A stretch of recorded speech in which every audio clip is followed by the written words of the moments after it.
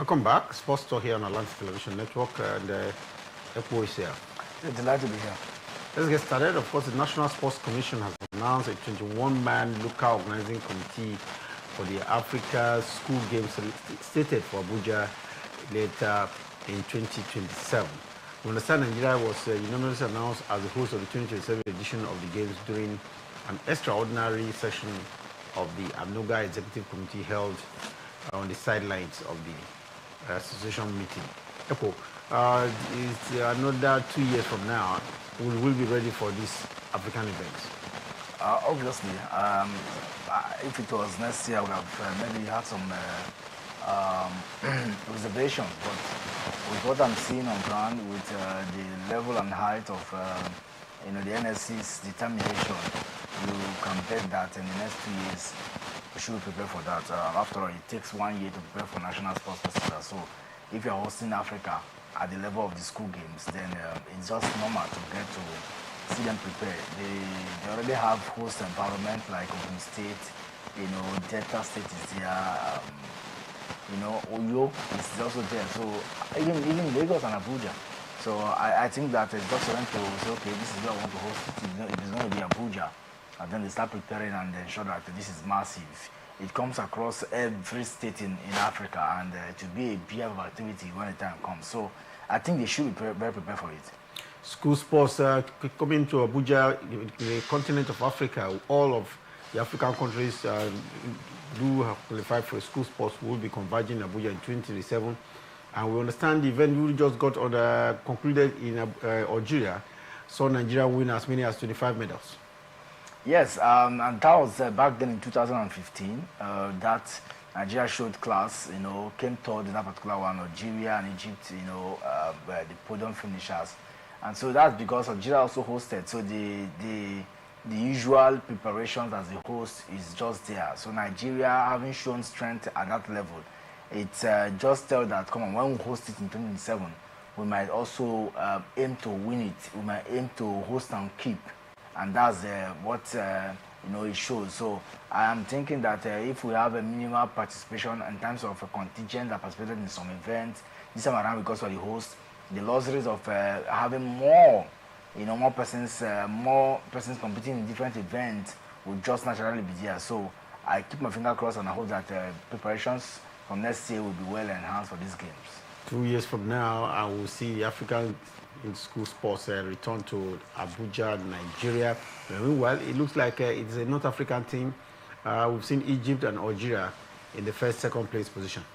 Yes, 2015, like I said, Algeria hosted and so they won it. Egypt came second, Nigeria came third. And you know that when it comes to basic sports activities, sometimes you always see things. Egypt is a powerhouse when it comes to sporting excellence.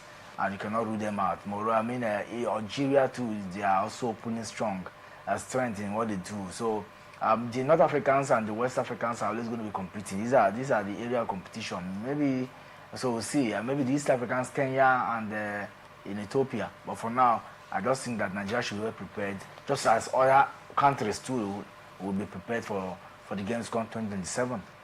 Well, we say congratulations to the North Africans there, and we hope that by 2027, Nigeria will break the ice and, of course, do host and come first. Meanwhile, talking about Nigeria hosting, Nigeria's host nation is turning the very first West African Para Games in Abeokuta into its own stage of dominance. Yes, tightening its grip on the medals table, and, of course, showing no sign of slowing down after a few days of competition. Nigeria will understand and be inspired by the championship team Heroes Call.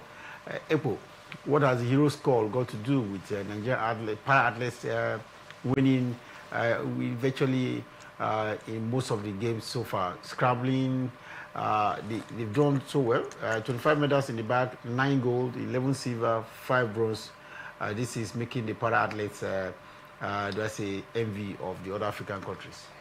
Yeah, Nigeria is the host nation. Expectedly, you think that when you're hosting, you want to win. Abeokuta has been there of activities in the last few days, and I can tell you that it doesn't come cheap at all. 25 gold? 25 gold. And Ghana, I think, is it Ghana? Benin Republic is coming second with just 1 gold. Yeah, I think that 25 is the total medal haul. We have 9 golds so far recorded. And that 9 gold is, I mean, the second place, you know, do not even come like we said in the Republic. They have barely just two gold medals. So look at the measure and look at the days that we are still going. We still have 3 more days. Nigeria is, the tendency of Nigeria still winning more medals is very likely. You know, Ghana won 2, courtesy of the arm wrestling guy who won 2 gold medals, you know. Is it Nahiru, something like that? Nahiru Haruna. Yeah, so I'm thinking that for Nigeria, just showed that, come on, when it comes to para games, I mean, give it up for Nigeria because, especially when they're hosting, because they're going to use all the athletes that can deliver to achieving the purpose. And I think it's a congratulations to Nigeria. They've shown that when it comes to para games, maybe at the level of Africa, we are yet to dominate, but we have also shown excellence. Come on, that yes, we are where we're building a very strong, you know, para athletes. Talking about para athletes, it's not just the athletes. We've seen some kind of top-level organization as well in Abeokuta. Athletes from other countries are praising the level of organization we've seen so far at Abeokuta, the venue of the West African Games. And that is how it should be. I mean, you can't hide what is good. I think that preparations, the NSC's involvement in ski sports, not giving it to federations to just organize, is making a whole lot of impact because sports is not a holistic activity. It's no longer segmented to say, okay, this department or this federation, please handle your sports. And that has given sports, you know, a lucrative image among its committee of nations. And I'm thinking that for other athletes to be appraising the effort, we are not hearing a history of maladministration or, you know, disorganization of activities. It shows that we are building something, and that's how it should be.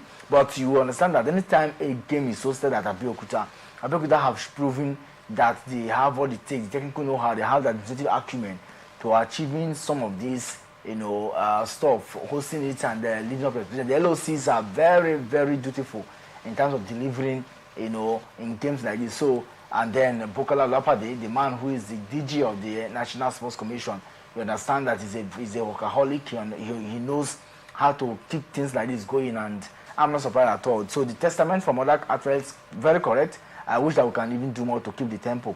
Talking about doing more in sports, and that's exactly what the Athletics Integrity Unit is doing, because it has dropped a tighter case around hosting addressing the doping ban in sports. Athletics Integrity Unit, ever since they came into being, they have often ensured that the sport is clean. What do you make of it, Ebu? It is a duty to ensure that, I mean, nobody takes undue advantage of the process to getting to win. We've seen some Kenya, Chipchega, you know, some of the big names, some of the big stars from Kenya being part of this particular one. Sometimes they go back to, they are like a check. They check the activities of the athletics, you know, the world level, the world athletics, to make them know that, come on, our eyes are on these athletes. It looks like this is time for Kenya and India to feel the hammer of the Athletics Integrity Unit. Unfortunately, Kenya has always been, you know, on the A list of doping saga. When it comes to, they have this infighting with them and World Athletics Integrity Unit.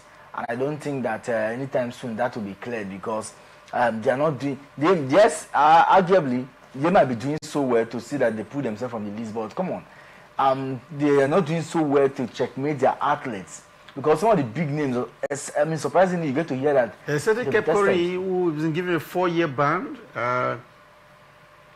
and the other out has to stay for at least 3 years. And of course, we know of the veteran thrower Manju Bala from India as well, who had a 5-year ban, and it looks like India and athletes and the Kenyan athletes don't seem to be getting off the hook any moment soon. Yes, and you know that in the year under review, you look at some of these bans and how far, you know, they've affected the federation's activities. So basically, you also expect that things like this will just happen naturally. But one thing very outstanding is, can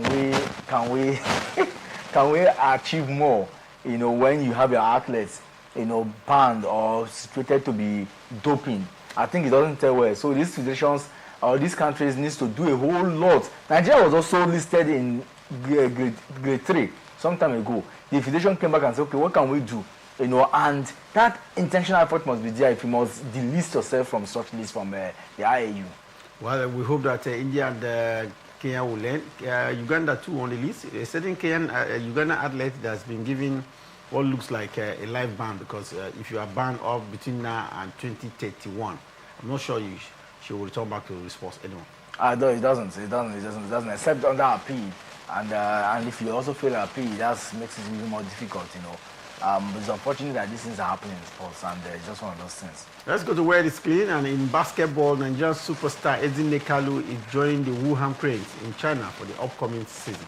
Talking about a true legend of African basketball and leader of the Tigers, the female basketball team of Nigeria. Ezinne Kalu entering what looks like twilight of her career, taking her from United States of America now to China. And she is also, for her, she's won back-to-back, Afro-Basket. 4-time champion of the Afro Basketball Championship. And you can't take anything away from her. She's one excellent player who understands what teamwork implies.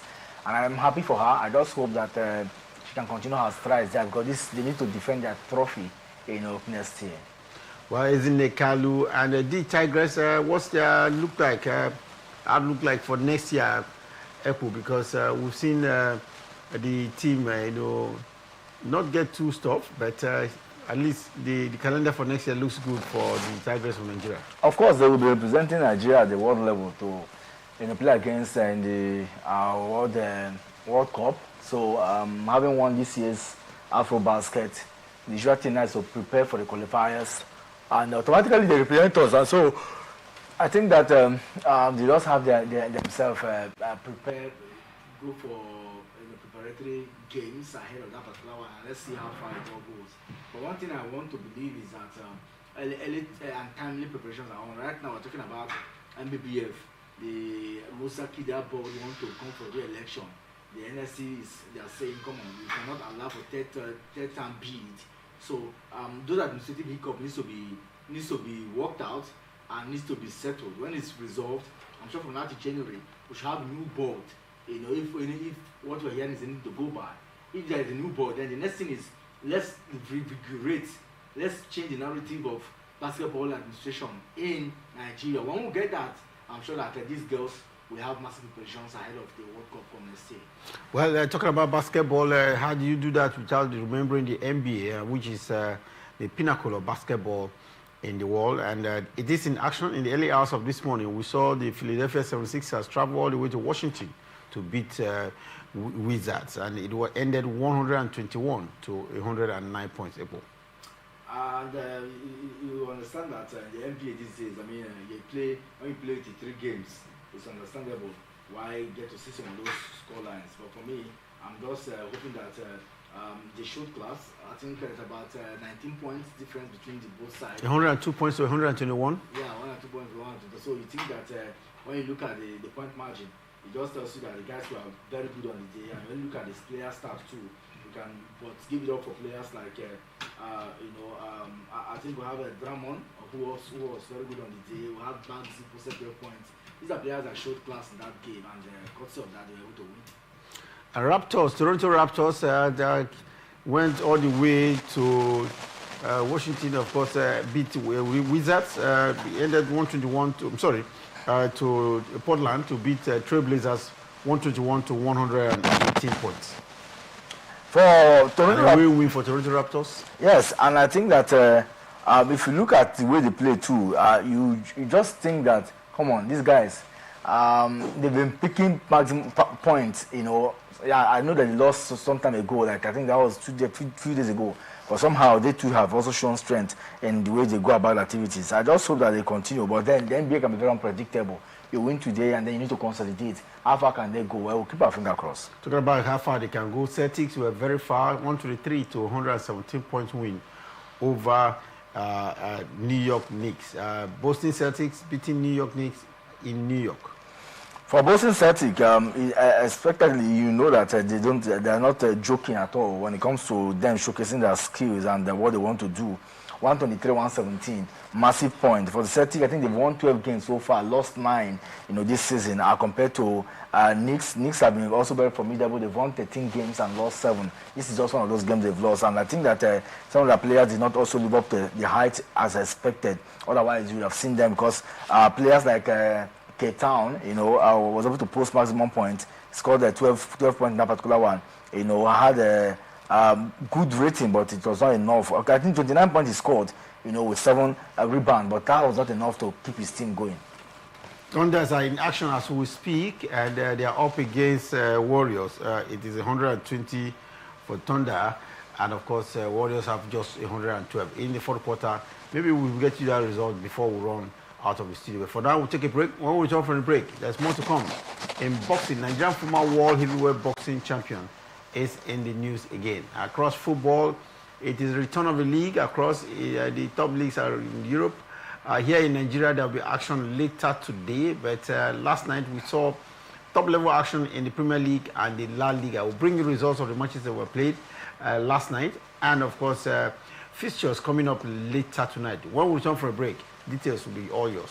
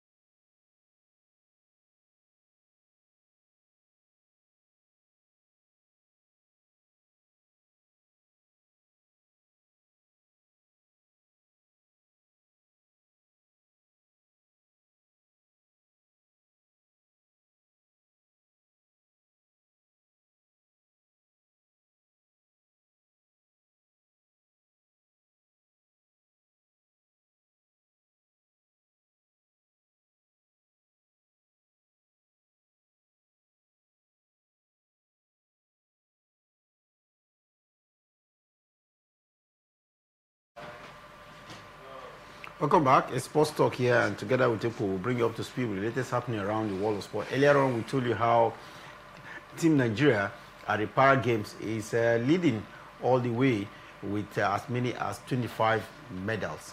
Ongoing games going on in Abeokuta. Now, let's get to the latest coming from the world of boxing. And Nigerian former world heavyweight boxing champion Anthony Olufemi Lassie Joshua has taken to social media to flaunt his new massive physique, and of course this looks like intimidating, but I'm not too sure his next opponent will be faced by Jake Paul. Yes, he's coming into the boxing ring for the very first time against Anthony Joshua. You want to think that they are not of the same match, but then Anthony Joshua's size may just not matter after all. It depends. Depends on the Anthony Joshua that face, on the day, because Anthony Joshua is like can be very unpredictable these days. You think that he has what it takes to get down his opponents, and you'll be surprised what will transpire in the ring. After he fought against Franklin, one would have expected him to do so against Jake Paul is not a conventional boxer. He's not a conventional boxer, but he has shown that he has what it takes to fight some of these big guys in recent time. And whether he's doing it for promotion purposes and all that, he needs to be beating black and blue so that the difference is very clear. You cannot even put the weight factor and the strength of Anthony Joshua. But a young man says that he can fight you. Well, keep a finger crossed. Whether he's doing it for the money or not, one thing very outstanding is that Anthony Joshua needs to show that he has what it takes to fight and show strength on the day. So a lot of people are watching because some people think that anything can happen. I just hope that Anthony Joshua we do this one, and hope that next year will be better. Anthony Joshua in the next few days, just about 18 days or so, call it 16 days or so, he will be in action against Jake Paul in Miami, in the United States of America. Not just for, let's say, setting himself back to conventional boxing. I remember he lost almost 4 times, but he's trying to get himself back. I think he has a fight against, is it Usyk? No, Deontay Wilder. That match will be coming up next year. But first, he has to get himself prepared with taking off Jake Paul. A lot of money at stake here. December 19th, nearly 150 million.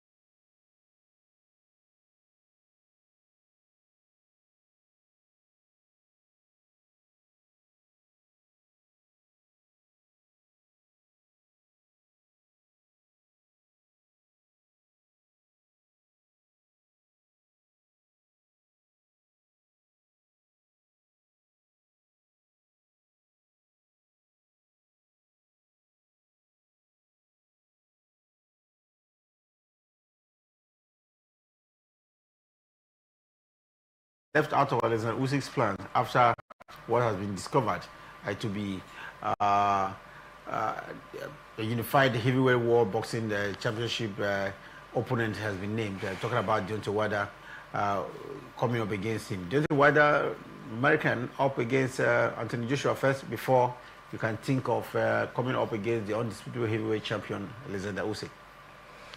For Deontay Wilder, I mean, why do you go for someone like Deontay Wilder when you have big names, other names that are ready to fight in the heavyweight division? So I think that that it was an intentional plan to get to box somebody that he can easily defeat. Because if you really want to fight, there are boxers. Anthony Joshua has been calling on you. There are people who want to fight you. So maybe just to get to start the year on a good note. But you just don't wake up and fight the champion. You really have to go through the other boxers first before coming to the undisputed heavyweight champion. I agree. Three times or 3 category heavyweight champion. Yeah, of course. Usyk now has the right to select whoever he wants to fight. Yes. That's what he's doing, and that is you can't take it out of me. But I just think that let's see. Deontay Wilder, I'm sure he'll be very happy. Or the camp of Deontay Wilder, they'll be very happy for this choice. Yeah, this is because it's a big one to fight undisputed champion. It's a big one, so let's see how it goes. But when I saw the news, I mean, kind of chuckled because I just want to see how far. But the other one that looks like, I mean, a dead wood already. But this can revive his spirit of boxing again. Because when you fight on this dead boxer, it gives you fame, it brings you alive, and it keeps you going. So how he prepares for this bout determines what we're going to expect on the day. Well, let's bring you some football story. We'll start on the local scene.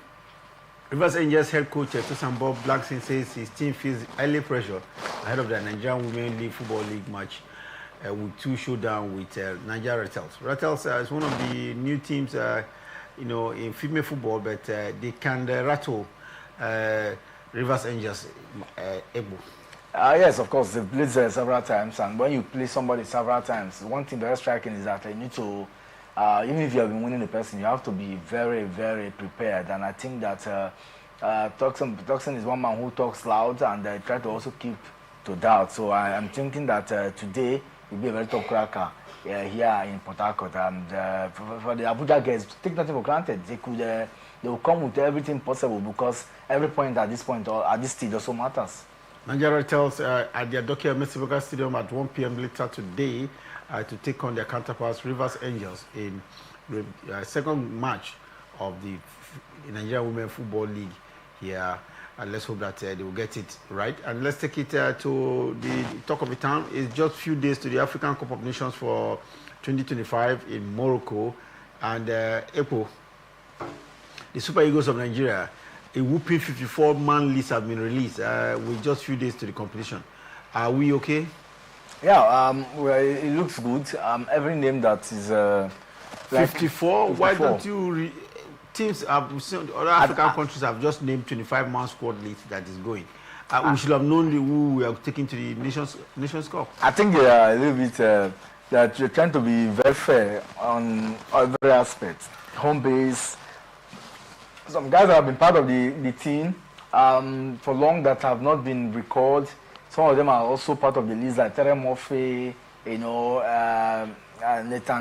Teller, all of these, some of these guys, it's good to get to see all of these things, but we know that the bulk of the team will come from those who play the World Cup qualifiers, and that's the simple truth. So we just keep our finger crossed and see how far it goes. And I think after the list was released, they just confirmed that this man from Northern Forest will not be playing. He will not be playing. So I'm sure that he will be replaced. But fantastic to get to see that yes, we now family have 52 names, but then after 52 names, more problem, because how do you shape those names? Those names to getting the 30 from 30 to 25 thereabout that will be representing Nigeria. Where the coach knows better with the NFF. There's so many names there. We saw, of course, Chukwueze last night in the goal scoring form. Samuel Chukwueze, do you think he can make an impact this time around? A lot of, let's say, hope had been resolved in him, but so far he's not made a difference when he plays for the national team. Yeah, Samuel Chukwueze, I mean, from AC Milan, he's struggled. I know he had a very good spell at the Yellow Submarines of Villarreal, before he got that loan move to AC Milan, now to Fulham. But one thing very fantastic is that if you have a player like Chukwueze who can cut in, you just need them to play to instructions and deliver the goods with the right blend of players. It will be and others, maybe. But then, we are still yet to get the best of him. Yes, in the game against Benin Republic, we saw those lovely crosses. But, consistency has been a challenge for Chukwueze playing in the national team. 54 names, and to be reduced to 28 in the next few days. Competition gets underway in just a few days from now. And I just hope that we'll get it right. We understand there's a friendly match coming up before the tournament begins on the 21st of December in Morocco. What do we make of it? Can this friendly be used as the only point to cut off so many new players in the squad? Some were returning, Kelechi Iheanacho returning to the squad and a lot. Don't you think this will be work too many for the coaches? If you look at it, we have about 4 goalkeepers or 5 goalkeepers: Francis Uzoho, Adeleye, Maduka Okoye, and of course the normal ones, of course, Stanley Nwabali and the rest. I think this is giving so much work to the coaches in just about 14 days or so. So much work, I agree with you. I mean, there's no need of playing pranks with some of these things. I don't think that 52, 54. 54 is way too large. But like I said, what they want to do is to satisfy the ego of some of the players who have been part of, the African competition is, some of them played the last time, and some of them obviously in the last 2 years, they've not been part of the team.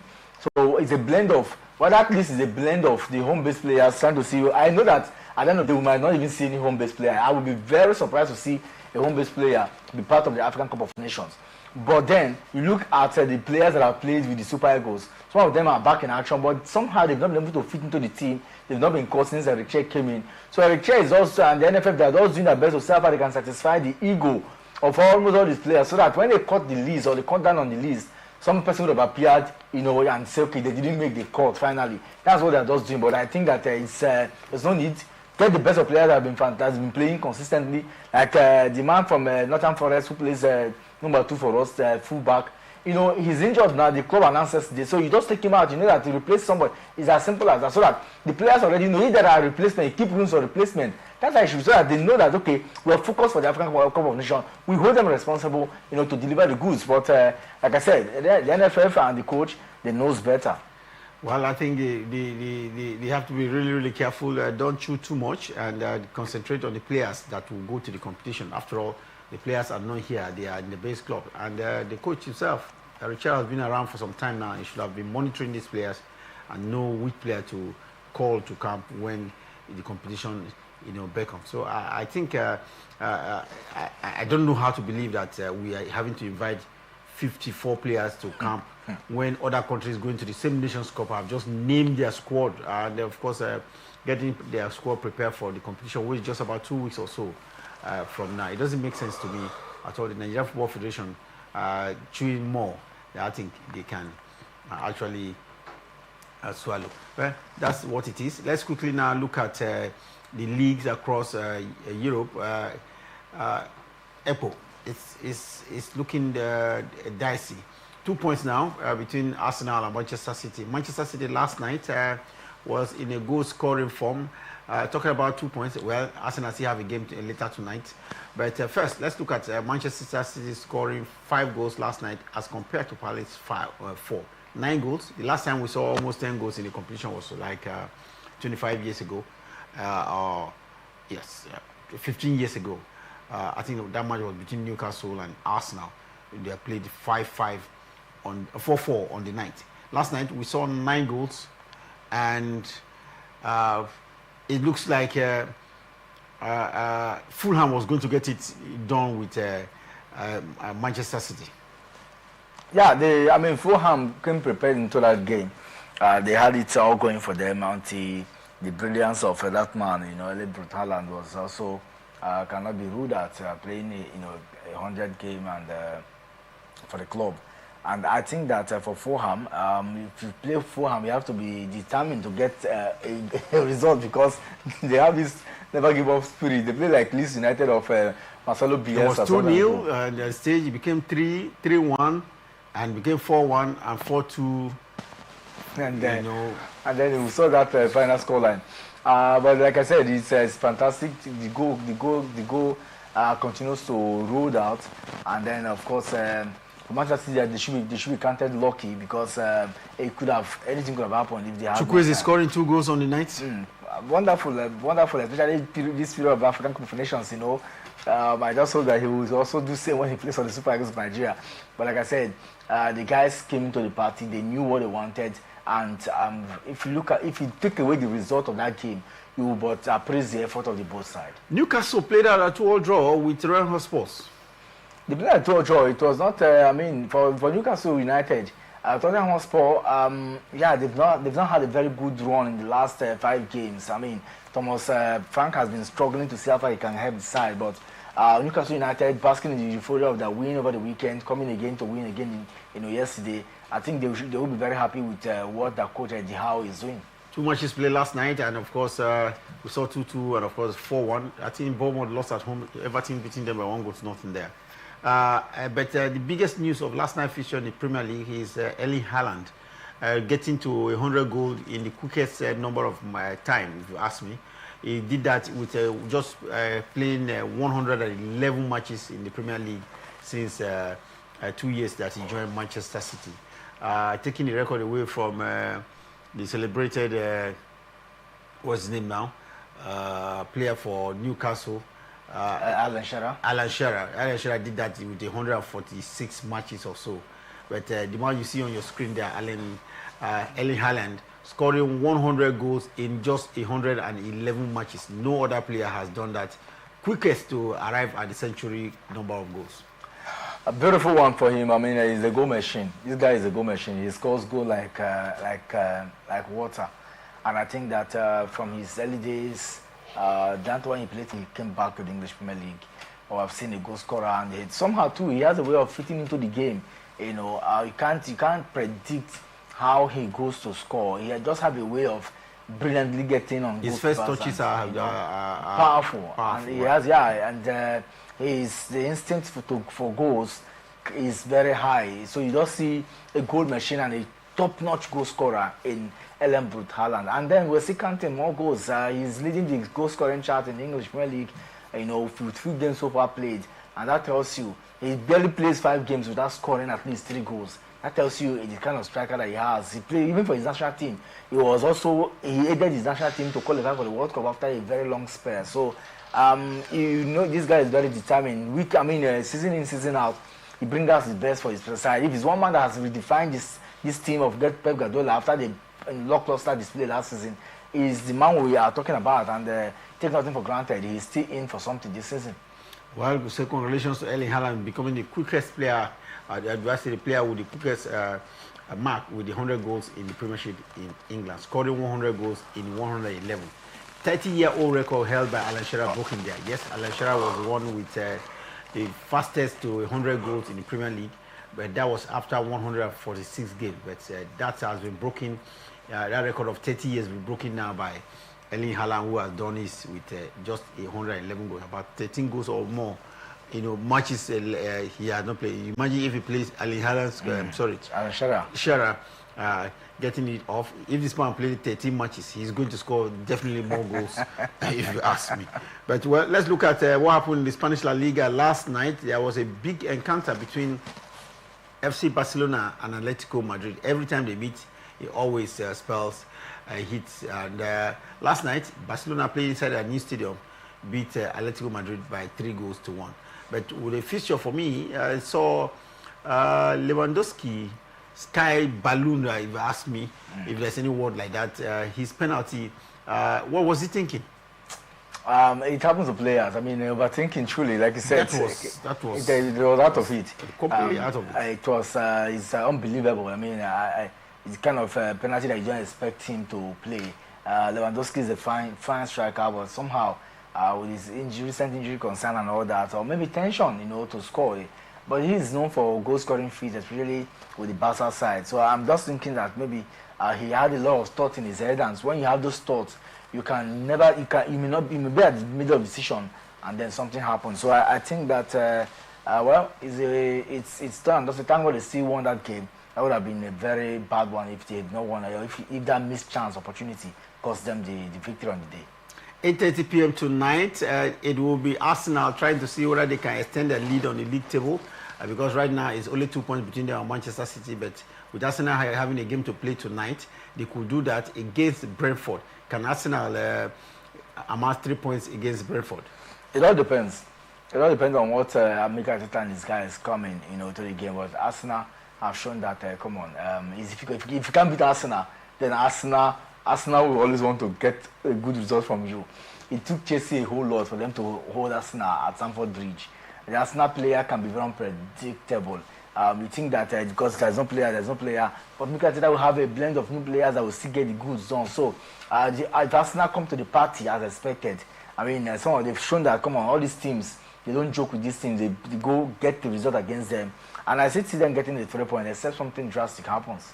And meanwhile, later tonight, Chelsea will take on Leeds in one of the fixtures, while Liverpool will be up against Sunderland as well. Liverpool versus Sunderland, a must-watch for me, because Sunderland just returned back to the Premier League and doing so well against a Liverpool that it blows hot and cold. Yeah, Sunderland have not won, at Anfield in a very long time. They want to do that today. And I think that Liverpool themselves too, basking on the further of their victory over the weekend, they also want to see how far they can also blend. They've not had a very good run with talks around Mo Salah and all of that. I think that Arne Slot will want to build on the momentum of what transpired. For me, I just keep my finger crossed, but like I said, it's not going to be easy because when you play Sunderland side, who have a way, they are the people who, the team that stopped Arsenal's, I mean, not conceding goals, and it's difficult to really tell what will happen today. But one thing I know for sure is that if Sunderland comes into the party, it can be very tricky for Liverpool. Atletico Club Bilbao will be up against Real Madrid in the Spanish La Liga as well tonight. Real Madrid are trying to ensure they don't lose sight of the summit in the La Liga. Obviously, for Real Madrid, they've not had a very good run. You know, they drew that game the last time. A lot of draws have really crippled their plan of maintaining the lead at the top of the table. And I think that this game tonight will be very defining for them. They need to win to boost their morale. Well, we have to wrap up the show, but don't forget as well, while they play top-level football across Europe, in Nigeria here, the Premier League 2 is in action. And later this evening at the Adokia Messi Stadium, it will be Rivers United up against Kano Pillars, a fixture that should attract fans as well. And don't forget as well, later this evening, it will be, some level of hostilities between Shooting Stars of Ibadan and Remo Stars, two of them in the same neighborhood. Yeah, the same neighborhood. And so, I mean, that would be very lovely to get to see how far the Western Derby will pan out. Well, that will be it for this edition of Sports Talk. We'll return back at 6 p.m. To review in depth these fixtures and, of course, the latest happening around the world of sports. Don't forget, in tennis, Serena Williams has come out boldly to say she will not be coming back to the sport that has brought her such a heavy limelight. And so all the rumors about Serena Williams returning to the tennis court is been bashed now. I will give you details of that and many more at our 6 p.m. bulletin. Until then, remember, peace and unity are clearly pathways to progress. Always enjoy here on the Atlantic Television Network.